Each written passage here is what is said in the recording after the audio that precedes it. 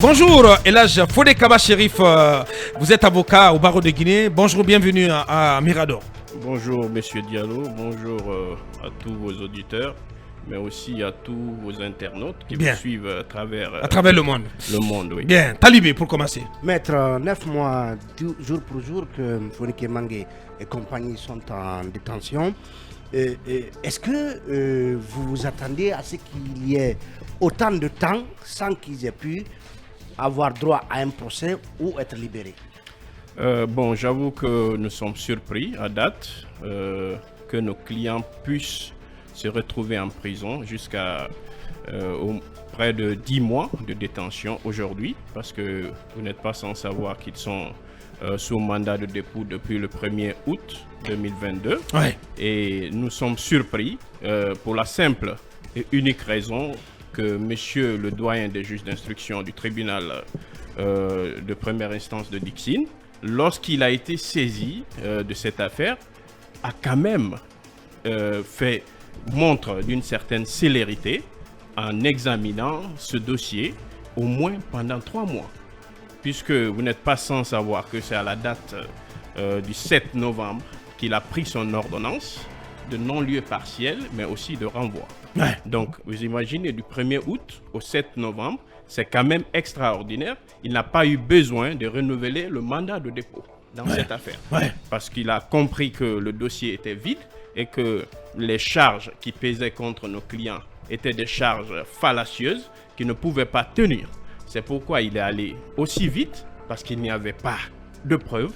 Le ministère public qui poursuit dans cette affaire n'a rapporté aucune preuve de ces accusations, alors que vous le savez pertinemment qu'il y a la présomption d'innocence qui donne ou qui fait une obligation au ministère public qui poursuit de rapporter la preuve. Donc, le ministère public n'a pas été à même de rapporter la preuve face à toutes ces charges qui étaient articulées contre nos clients. Ouais. Donc, cela a amené le doyen des juges d'instruction à aller vite dans cette procédure et à prendre une ordonnance.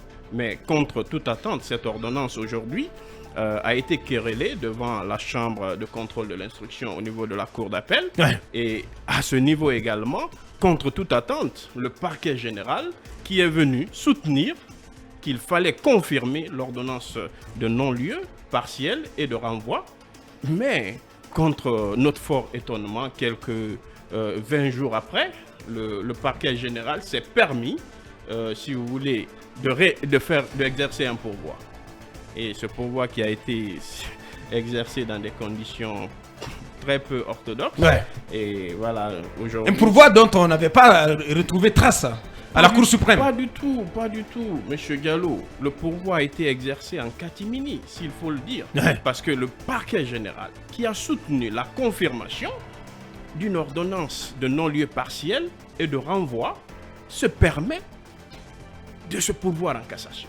Est-ce que vous comprenez l'attitude du parquet? Non, mais c'est la Cour plutôt qui a confirmé, pas le parquet général. Non, le parquet La Cour d'appel a soutenu, a demandé la confirmation. Eh bien voilà. Le parquet À général. ce détail, personnellement, je ne l'avais pas. Au niveau de la chambre de contrôle de l'instruction à la cour d'appel, Tout à fait. le parquet de la cour d'appel a soutenu l'abandon Non, la confirmation de l'ordonnance de l'ordonnance. Donc, pour nous étions... Et 20 jours après, il se pourvoit en cassation. Absolument, c'est ce qui est grave. Qu'est-ce qui a dû se passer, maître? Bien. Akoumba, Une Diarra. petite question, puisque le diable est dans les détails. Excusez-moi, j'ai pris la parole sans. Bien. Puisque le diable est dans les détails. Je comprends que vous évoquiez que c'est le parquet général qui s'est pourvu en cassation. J'aimerais avoir un détail. Est-ce que l'avocat général qui a siégé au procès et qui a plaidé pour, qui a requis la confirmation de l'arrêté, est-ce le même qui est signé le pourvoi en cassation? Bon, en effet, c'est naturellement lui, parce que, vous savez, le parquet, c'est une organisation. Moi, j'ai appris que ce n'est pas lui. En fait, le parquet, c'est une organisation. Mais il ne Oui, mais est-ce pouvait que ça pas- peut se faire sans, Ça ne pouvait pas sans se qu'il faire n'en soit sans informé lui, parce ou que sans c'est à lui qu'il on a n'en soit confié. d'accord? Justement, c'est à lui on a confié la gestion de ce dossier. Parce que quand les dossiers sont déférés au parquet, il y a des avocats généraux il y a des substituts auxquels on confie les dossiers. Lorsque vous êtes en charge... Rapprochez-vous du micro, s'il vous plaît. Bien. Lorsque vous êtes en charge d'un dossier et Bien. que vous prenez sur vous la responsabilité de requérir, d'accord, la confirmation, il est très difficile que vous reveniez pour faire exercer un pourvoi ou une voie de recours quelconque. Donc, pour ce faire, je pense que le représentant du ministère public dans cette procédure pouvait bien s'abstenir de signer la déclaration de pourvoi et laisser le soin à monsieur le procureur général d'y aller ou de confier à un autre avocat général. C'est possible. Mais pour nous, c'est le parquet général qui a exercé le pourvoi contre tout Et qu'il a endossé. On est d'accord là-bas Bien, que c'est c'est le cela. parquet général. Mais le détail que je voulais obtenir, vraiment, est-ce que vous avez vu le recours Ah oui, aujourd'hui, déposé par le parquet? le recours se trouve aujourd'hui dans le dossier. Ah, Et d'accord. le dossier a repris le chemin de la Cour suprême. Ok. Est-ce qu'on C'est-à-dire peut... après que la Cour suprême ait retourné le dossier pour défaut de déclaration de pourvoi, une fois que le dossier est arrivé au niveau de du greffe de la Cour d'appel de Conakry, Ouais. on a remis dans le dossier la déclaration de pourvoi, mais aussi l'acte du greffier en chef. Déclaration de pourvoi, cette déclaration de pourvoi, finalement, où était-elle passée? Bon, nous estimons... Parce qu'il y a eu beaucoup de versions entre le greffier, le procureur, etc. Finalement, où était passé ce pouvoir? Bon, je pense qu'il y a un dysfonctionnement auprès de la Cour d'appel et nous ne pouvons pas vous expliquer ce dysfonctionnement. Vous seriez tenté de penser que c'est sciemment fait, ou bien c'est une omission ou un dysfonctionnement qui a échappé effectivement au parquet? Bon, nous, jusqu'à preuve du contraire, nous estimons qu'il y a de la mauvaise foi dans cette affaire. Bien. Oui, oui. Clarification avant de vous laisser Cédez la parole à Garay. Oui, vous avez maintenant vu le pourvoi. Tout à fait. Vous avez assisté au procès en appel.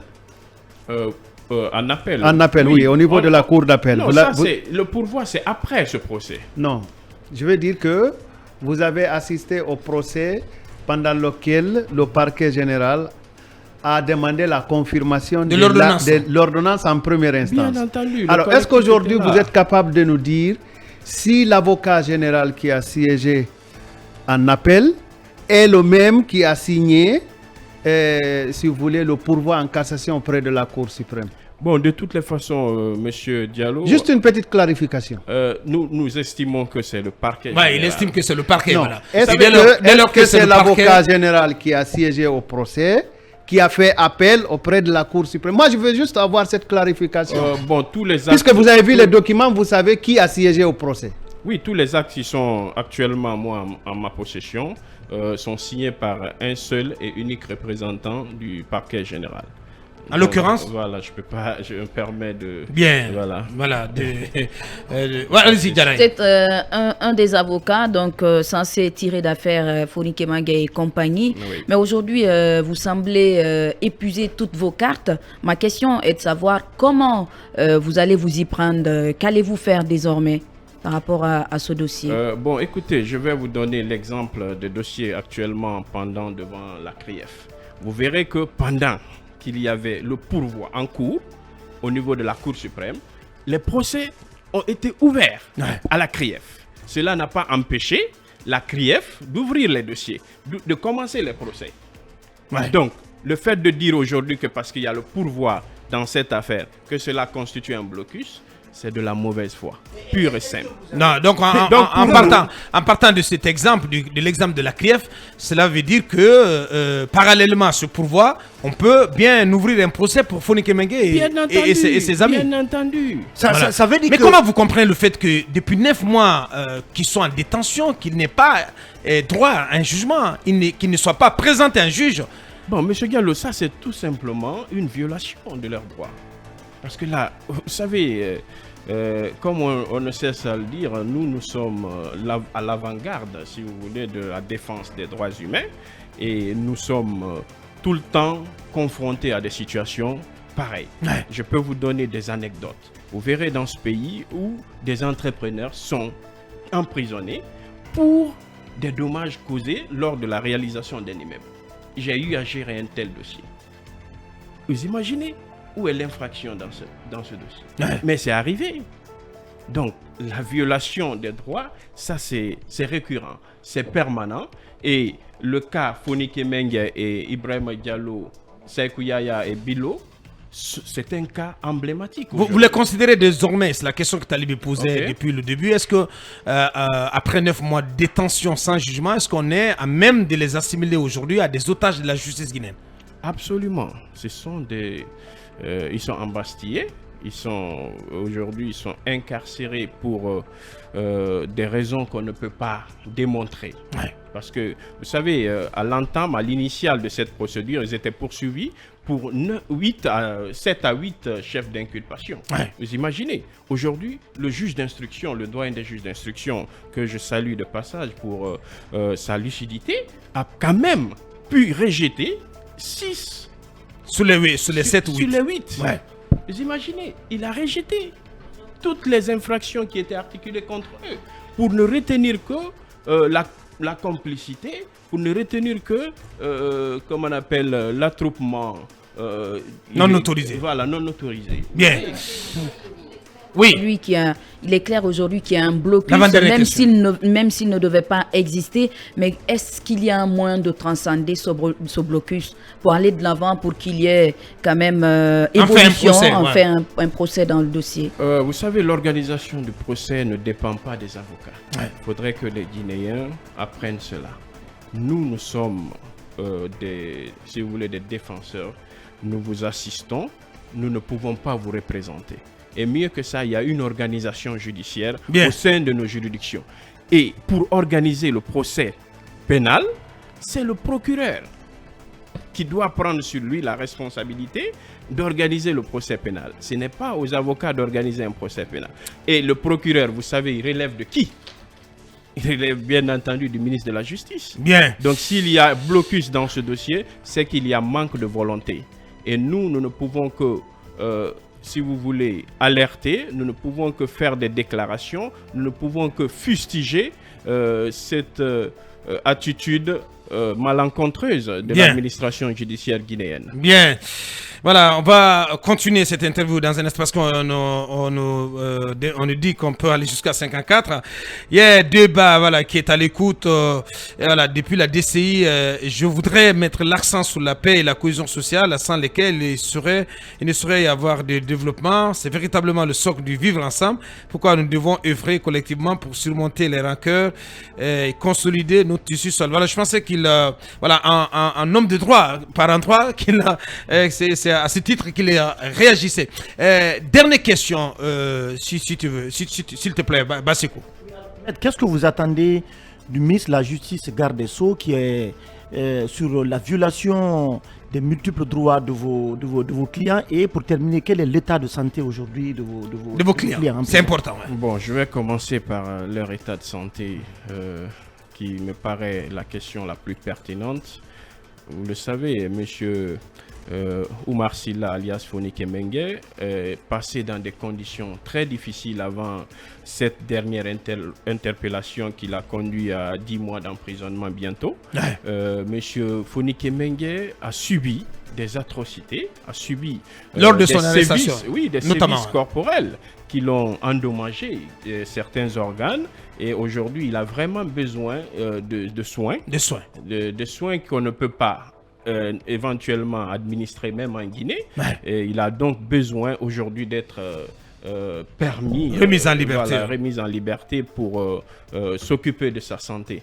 Donc ça, c'est un point. Leur santé, vous savez, la prison déjà, c'est une maladie, sans vous le dire. Je sais qu'il y a beaucoup qui n'ont jamais été à la maison centrale pour même voir les conditions dans lesquelles... Est-ce que vous avez fait une demande d'évacuation de vos clients, par exemple à l'étranger, pour qu'ils puissent suivre un traitement adéquat? Pas forcément à l'étranger, ne serait-ce qu'à Guinée. Pas forcément à l'étranger. Pour le cas Fonike Mengue, je pense qu'il avait bénéficié d'une sortie pour des soins dans les comme on appelle, structures sanitaires en Guinée ici. Cela a été accordé par, je crois, 2-3 fois. Mais ça ne va pas parce qu'il a des maladies qu'il continue de traîner. Un dernier ressort, voilà, un mot. Qu'est-ce que vous attendez du ministre, du garde des Sceaux, qui est en même temps le ministre des droits de l'homme, quand même. Vous savez ce qui... en une minute, s'il vous plaît. Ce qui m'écoeure en parlant de la situation du ministre, c'est que nous sommes à une histoire très proche. Nous savons comment ce ministre est arrivé. Qu'est-ce qui a suscité la nomination de ce ministre, même au poste de procureur général près la cour d'appel de Conakry. Ce qui a suscité cela, c'est parce qu'il s'était montré, lors du régime précédent, comme un défenseur des droits humains, comme quelqu'un qui était foncièrement contre la privation de liberté, qui était contre la violation des droits. Mais aujourd'hui, nous sommes déçus. À plus d'un titre, nous sommes déçus de son attitude. Parce qu'il est imperméable, il est insensible à la situation de nos clients qui croupissent en prison pendant plus de 10 mois sans procès je vais terminer, pour des infractions dont les sanctions, dont les condamnations ne pourraient excéder 6 mois. Vous imaginez?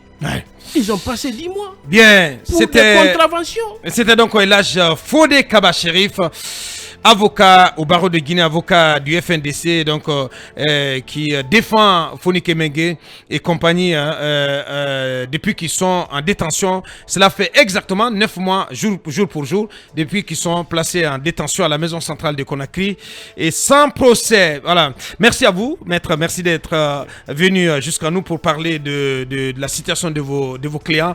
Nous allons rester là-dessus dans la 3e et dans la 4e et dernière partie pour continuer donc à dérouler notre agenda dans le cadre de ce semi-plateau spécial consacré donc à Fonicé Mengué et compagnie. Plusieurs autres acteurs prendront la parole entre 11-10 sur Film Guinée. On revient dans quelques minutes.